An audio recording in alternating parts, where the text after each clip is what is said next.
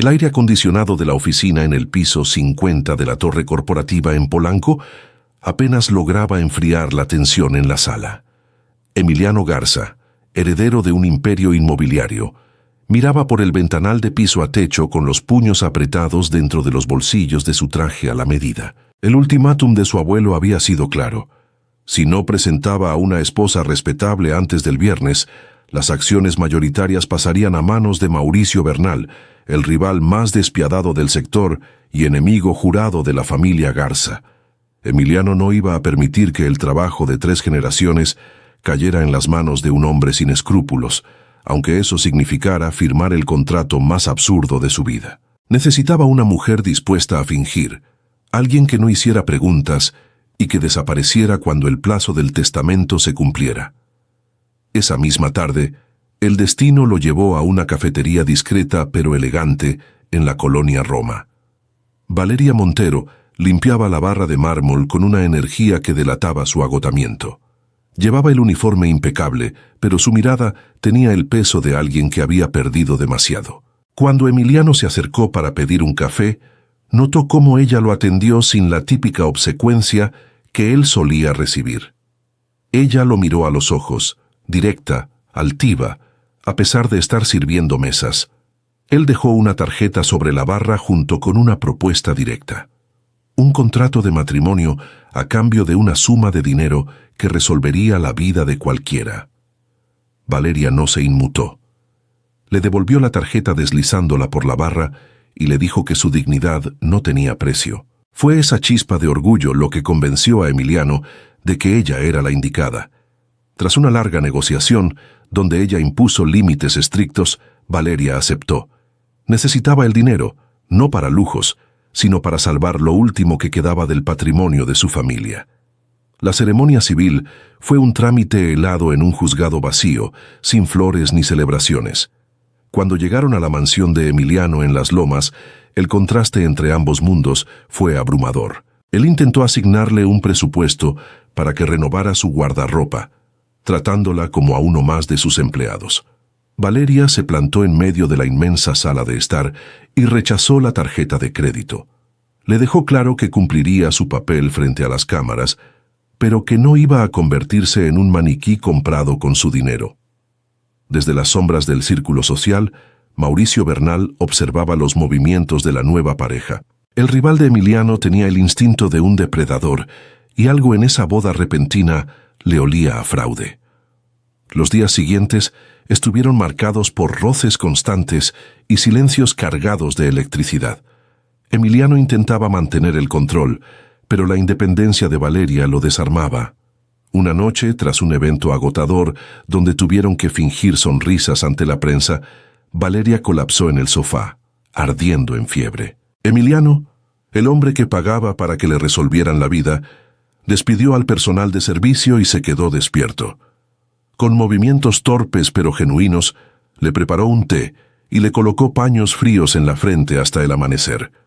Fue en el silencio de esa madrugada mientras ella dormía que la muralla de hielo entre los dos comenzó a resquebrajarse. La verdad salió a la luz de la forma más dolorosa posible. Mientras revisaba unos documentos para el contrato, Emiliano descubrió el verdadero apellido de Valeria y el origen de su ruina. Años atrás, una estafa financiera masiva había destruido la empresa del padre de Valeria, dejándolos en la calle. El arquitecto de esa estafa no había sido otro que Mauricio Bernal, el mismo hombre que ahora amenazaba la empresa de Emiliano. La revelación golpeó a Emiliano con fuerza. Valeria había estado cargando con el trauma de haberlo perdido todo a manos del rival que él ahora intentaba vencer. Cuando él la confrontó, buscando respuestas, ella no lloró. Con la voz quebrada pero firme, le confesó que aceptó el trato no solo por necesidad, sino con la esperanza secreta de acercarse al mundo de Bernal y encontrar justicia para su padre. El dolor de la revelación trajo un distanciamiento amargo. Emiliano se sintió utilizado, y Valeria sintió que su mayor vulnerabilidad había sido expuesta. El silencio gobernó la mansión. Sin embargo, Emiliano no podía ignorar la admiración que sentía por la fuerza de esa mujer. En lugar de confrontarla de nuevo, empezó a dejarle su café favorito preparado, exactamente como a ella le gustaba todas las mañanas, antes de irse a la oficina. Era un gesto minúsculo, invisible para el mundo, pero que le decía a Valeria que él no la había abandonado, que entendía su dolor y que, de alguna forma, estaba de su lado. Pero Mauricio Bernal no perdía el tiempo. Había logrado reunir supuestas pruebas de que el matrimonio Garza era una farsa, y amenazó con entregarlas a la prensa nacional al día siguiente.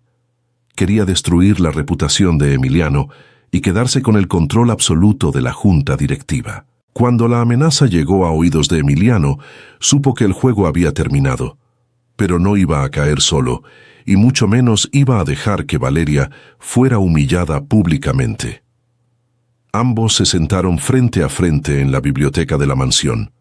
Ya no eran un millonario y una mesera atados por un contrato.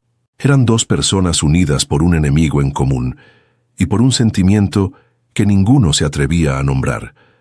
La noche de la gala benéfica más importante del año, Mauricio Bernal se preparaba para dar el golpe de gracia.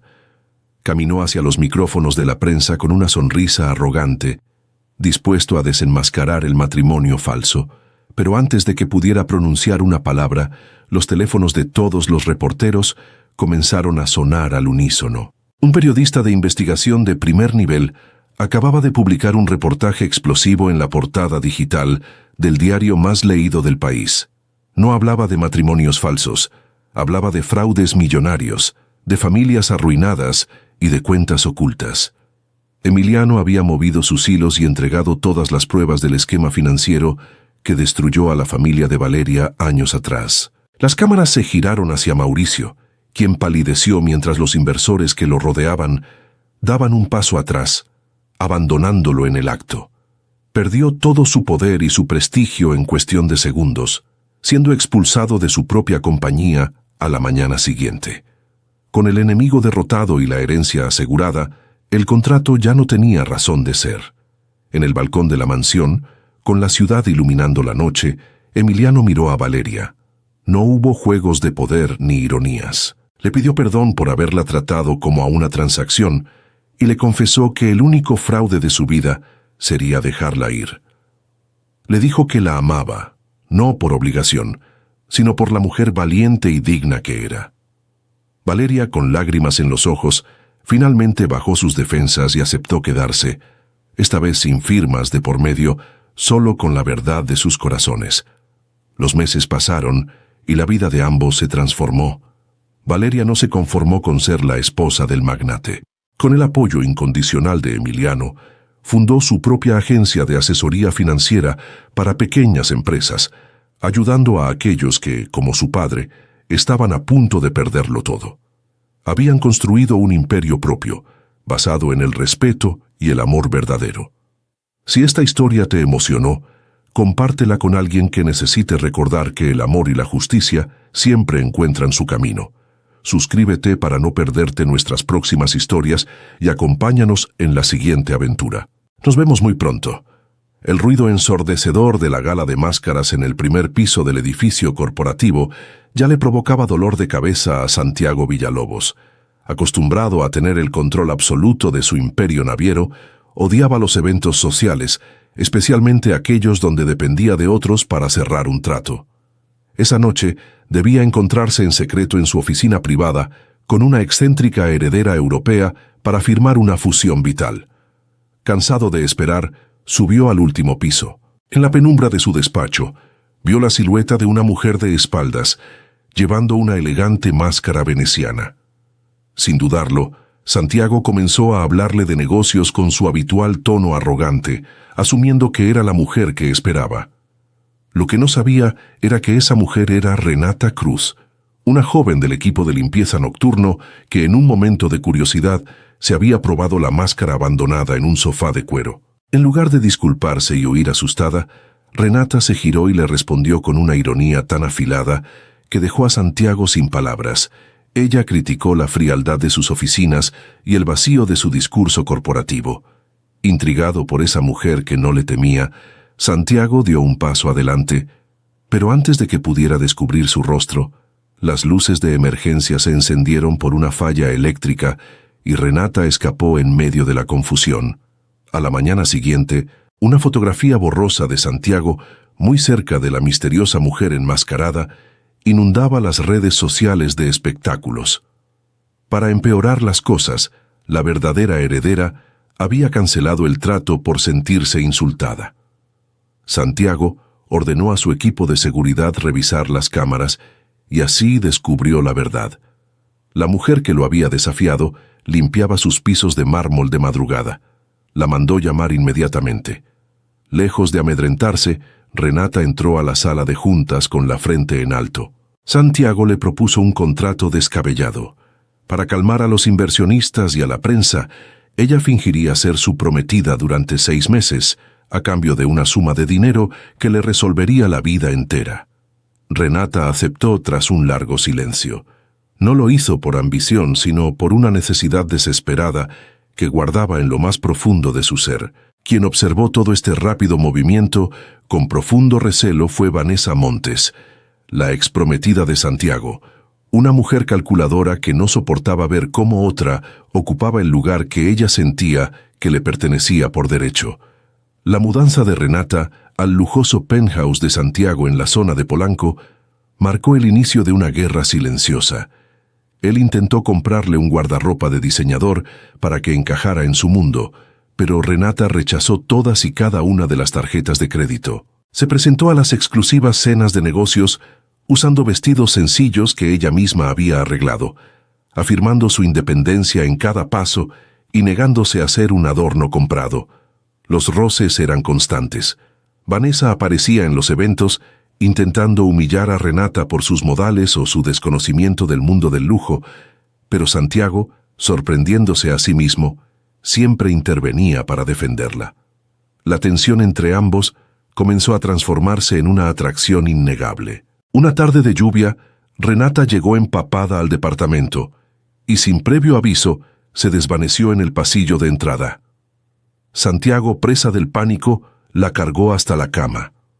Al buscar alguna identificación en su bolso para llamar a emergencias médicas, encontró un grueso expediente del Hospital General. El secreto salió a la luz como un balde de agua fría.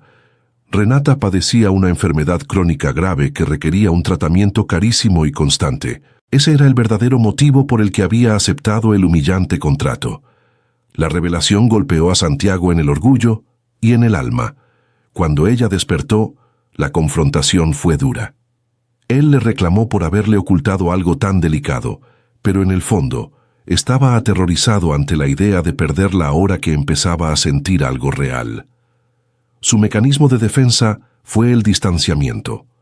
Un muro de hielo se levantó en el penthouse. Sin embargo, su castigo silencioso venía acompañado de acciones que lo delataban. Renata comenzó a notar que sus citas médicas habían sido trasladadas a las mejores clínicas privadas del país, pagadas de forma anónima, y cada mañana, sin falta, encontraba una taza de té de manzanilla caliente en su buró, preparada exactamente como a ella le gustaba.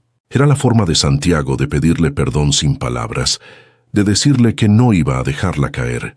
Mientras tanto, Vanessa no se había quedado de brazos cruzados, había pagado sobornos y descubierto toda la verdad. Tenía en su poder copias del expediente médico de Renata y su antiguo gafete de limpieza. Su plan era perfecto. Durante la gran gala de aniversario de la empresa naviera, expondría a la falsa prometida frente a todos los socios extranjeros, destruyendo la reputación de Santiago para luego consolarlo, recuperar su confianza y arrebatarle el control de las acciones. Cuando llegó la noche del evento, el salón estaba repleto de la élite de la ciudad. Vanessa subió al estrado, tomó el micrófono con una sonrisa triunfal y anunció a los 4 vientos que tenía una grabación que mostraría la verdadera cara de la mujer que estaba al lado del director. Las pantallas gigantes se encendieron, pero lo que resonó en las bocinas no fue el historial de Renata. Era una nota de voz filtrada. Diego, el mejor amigo y director de seguridad de Santiago, había interceptado el chantaje horas antes y reemplazado los archivos. La voz de la propia Vanessa hizo eco en cada rincón del enorme salón, confesando con soberbia sus planes para desviar fondos de la empresa naviera y manipular a la junta directiva para destituir a Santiago. El silencio en la sala fue absoluto y asfixiante.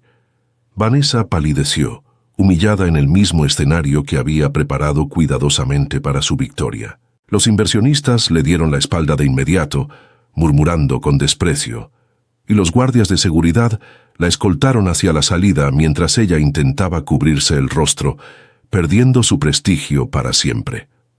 Con la amenaza destruida y el salón aún en shock, Santiago bajó del estrado, caminó directamente hacia la mesa donde estaba Renata y la tomó de las manos, levantándola de su asiento.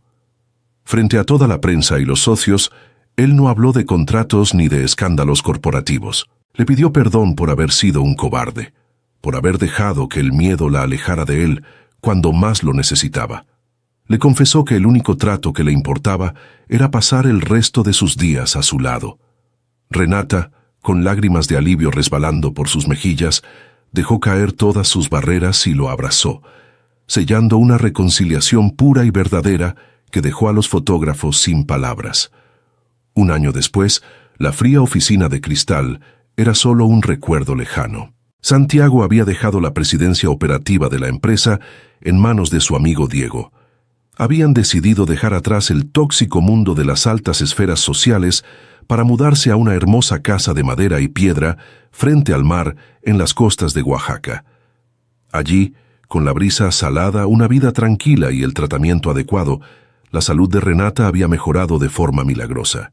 Caminaban juntos por la playa cada atardecer, construyendo un hogar libre de mentiras y contratos, demostrando que a veces el mayor triunfo de un hombre no es conquistar el mundo de los negocios, sino tener el valor de abandonarlo todo por amor.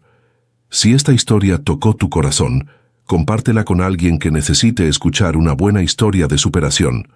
Suscríbete al canal para acompañarnos en las próximas entregas y no perderte ningún detalle. Nos vemos en la próxima.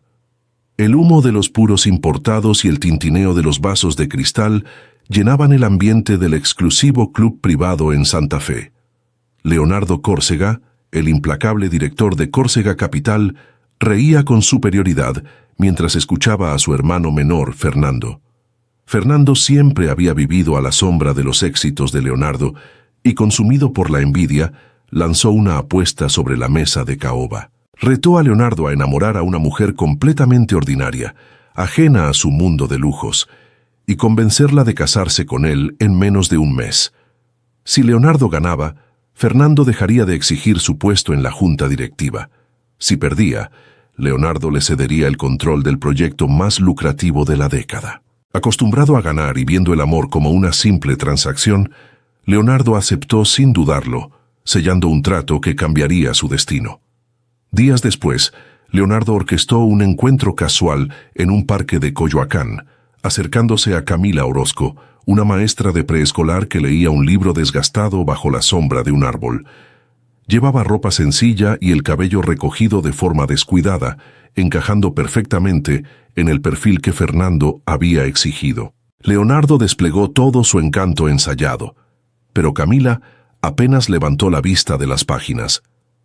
Cuando él intentó deslumbrarla presumiendo sutilmente el valor de su reloj deportivo, ella le respondió con una calma cortante, diciéndole que un hombre que necesitaba medir su valor por lo que llevaba en la muñeca, seguramente tenía el alma vacía.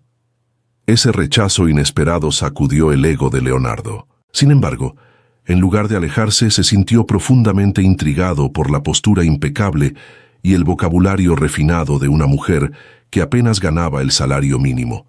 Para acelerar las cosas, Leonardo cambió de estrategia.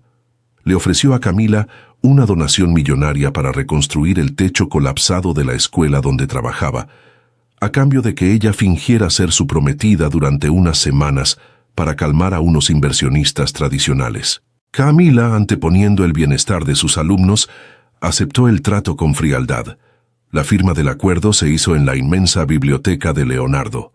Cuando él intentó obsequiarle un collar de diamantes para su primera aparición pública, Camila lo dejó sobre el escritorio, afirmando que su dignidad no necesitaba accesorios brillantes. Fernando, Observando la escena desde la puerta, sonrió con malicia creyendo que su hermano estaba cavando su propia tumba. La convivencia forzada trajo consigo un torbellino de roces y descubrimientos. Leonardo estaba acostumbrado a mujeres que asentían a todo, pero Camila lo desafiaba constantemente, exponiendo el vacío de sus relaciones sociales. Durante una cena de gala con embajadores, un mesero derramó por accidente una copa de vino sobre el vestido barato de ella. Antes de que Leonardo pudiera intervenir o hacer un escándalo, Camila se disculpó en un francés perfecto y manejó la situación con una elegancia que dejó a todos fascinados. Esa misma noche, al regresar a casa, Leonardo la encontró en la cocina, descalza, preparando 2 tazas de chocolate caliente. Compartieron su primer momento de vulnerabilidad genuina, hablando de sus miedos infantiles, y la inmensa barrera de arrogancia de Leonardo comenzó a desmoronarse. Intrigado por los modales de su falsa prometida, Leonardo contrató a un investigador privado. El reporte que recibió en su escritorio lo dejó paralizado. Camila Orozco no existía. Su verdadero nombre era Camila Mendizábal, la única heredera del imperio bancario más grande de América Latina, quien había renunciado a toda su fortuna 3 años atrás para escapar del ambiente tóxico y controlador de su familia. Cuando Leonardo la confrontó en la sala de estar, mostrándole el expediente, Camila sintió que el suelo desaparecía. El dolor en sus ojos fue evidente. Ella había confiado en él al mostrarle su mundo sencillo, y él había respondido invadiendo su pasado como si fuera una rival de negocios más. La revelación rompió el frágil vínculo que habían construido. Camila empacó sus pocas cosas y regresó a su pequeño departamento, dejando a Leonardo inmerso en un silencio ensordecedor. Por primera vez en su vida, el dinero no podía solucionar su vacío emocional. Arrepentido, intentó acercarse sin usar su chequera. Canceló reuniones corporativas importantísimas solo para ir a reparar personalmente las estanterías rotas de la biblioteca de la escuela de Camila. Trabajó hasta altas horas de la madrugada, lijando y pintando la madera, dejando las herramientas ordenadas y marchándose antes de que ella llegara a dar clases. Fue un gesto silencioso que demostraba que estaba dispuesto a ensuciarse las manos por ella. Pero la verdadera tormenta estaba por desatarse. Fernando había descubierto la verdadera identidad de Camila y el fracaso rotundo de la apuesta. Decidido a destruir a su hermano de una vez por todas, Fernando organizó un fraude masivo dentro de Córcega Capital, desviando fondos a cuentas fantasma y plantando pruebas falsas que incriminaban directamente a Leonardo. Su plan era exponer el desfalco frente a todos los accionistas, enviar a su propio hermano a prisión y quedarse con el poder corporativo absoluto. La junta de accionistas fue convocada de emergencia. Fernando se puso de pie, listo para entregar el expediente incriminatorio a las autoridades presentes, regodeándose en su inminente victoria. Pero las pesadas puertas dobles de caoba se abrieron de golpe. Camila entró con pasos firmes, luciendo un traje sastre impecable que gritaba poder y autoridad. Usando las antiguas conexiones que aún conservaba del banco de su familia, Camila había rastreado cada centavo del desvío de fondos. Caminó hasta la cabecera de la mesa y arrojó un pesado documento frente a los auditores. Eran los registros reales que demostraban que Fernando era el único responsable del millonario fraude. Fernando palideció y balbuceó excusas inútiles, pero la policía que esperaba afuera entró a la sala y lo esposó frente a todos los presentes, arrebatándole su libertad y su falso prestigio en un solo segundo de justicia absoluta. Cuando la sala quedó completamente vacía, Leonardo caminó hacia Camila. Con la voz quebrada y el orgullo deshecho, le confesó toda la verdad sobre la estúpida apuesta inicial que lo había acercado a ella y le suplicó perdón. Le dijo que había sido un idiota arrogante, pero que ella le había enseñado el verdadero valor de la lealtad y la vida. No le ofreció contratos, ni acciones, ni riquezas que ella no necesitara, solo su corazón expuesto y la firme promesa de ser el hombre que ella merecía. Camila, viendo el arrepentimiento sincero del hombre que alguna vez creyó intocable, dejó caer sus propias defensas y lo perdonó, sellando el fin de sus mentiras con un abrazo profundo y genuino. Con el paso de los años, Leonardo transformó radicalmente la filosofía de su empresa, dedicando gran parte de sus ganancias a fundar centros educativos en zonas marginadas, un inmenso proyecto dirigido enteramente por Camila. En una emotiva ceremonia de inauguración, rodeados de la comunidad y de una paz que el dinero nunca pudo comprar, cortaron el listón de su mayor logro juntos. Habían demostrado que el amor verdadero tiene el poder de sanar y redimir hasta el alma más orgullosa. Si esta historia te atrapó, compártela con alguien que necesite creer en las segundas oportunidades y en el poder de la redención. Suscríbete al canal para seguir descubriendo relatos inolvidables y déjanos saber qué te pareció. Nos vemos en la próxima historia. Editar. El infográfico presenta 3 historias distintas que comparten una misma estructura emocional. En cada una aparece un hombre poderoso acostumbrado a controlar empresas, personas y decisiones, pero incapaz de comprender sus propias necesidades afectivas. Frente a él surge una mujer que aparentemente pertenece a un mundo más sencillo, aunque posee una fortaleza interior que no puede ser comprada. Valeria, Renata y Camila aceptan participar en acuerdos sentimentales por razones concretas, pero ninguna renuncia a su dignidad. Sus decisiones nacen de la necesidad de proteger a su familia, pagar un tratamiento médico o ayudar a una comunidad, no del deseo de obtener lujo o prestigio.